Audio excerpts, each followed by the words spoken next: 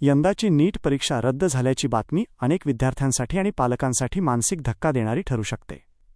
अनेक महिने केलेला अभ्यास, घेतलेली मेहनत, वाढलेला ताण आणि भविष्यासंबंधी असलेली अपेक्षा अचानक अनिश्चित वाटू लागते. अशावेळी माणसाच्या मनात भीती, राग, निराशा आणि असहायतेची भावना निर्माण होणं स्वाभाविक असतं. विशेषतः ज्या विद्यार्थ्यांनी स्वतःवर खूप दबाव घेतलेला असतो त्यांच्यात चिंता आणि आत्मविश्वास कमी होण्याची शक्यता वाढते.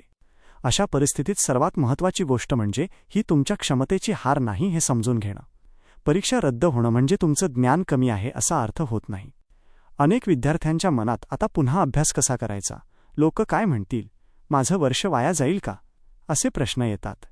पण मानसशास्त्रानुसार सतत नकारात्मक विचारांमध्ये अडकून राहिल्यास मेंदूची कार्यक्षमता आणि एकाग्रता कमी होऊ शकते.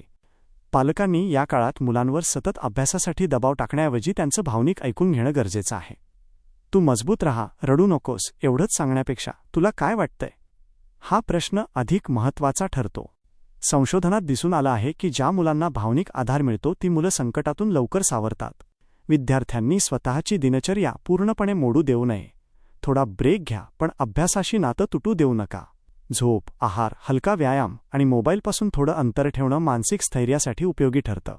सोशल मीडियावर पसरत असलेल्या अफवा आणि तुलना यामुळे ताण आणखी वाढू शकतो. त्यामुळे विश्वसनीय माहितीवरच विश्वास ठेवावा. जीवनात एक परीक्षा महत्त्वाची असली तरी ती संपूर्ण आयुष्य ठरवत नाही. संकटाच्या काळात मानसिक स्थिरता टिकवणं, स्वतःवर विश्वास ठेवणं आणि कुटुंबाचा आधार मिळणं हेच पुढच्या यशासाठी सर्वात मोठं बळ ठरतं.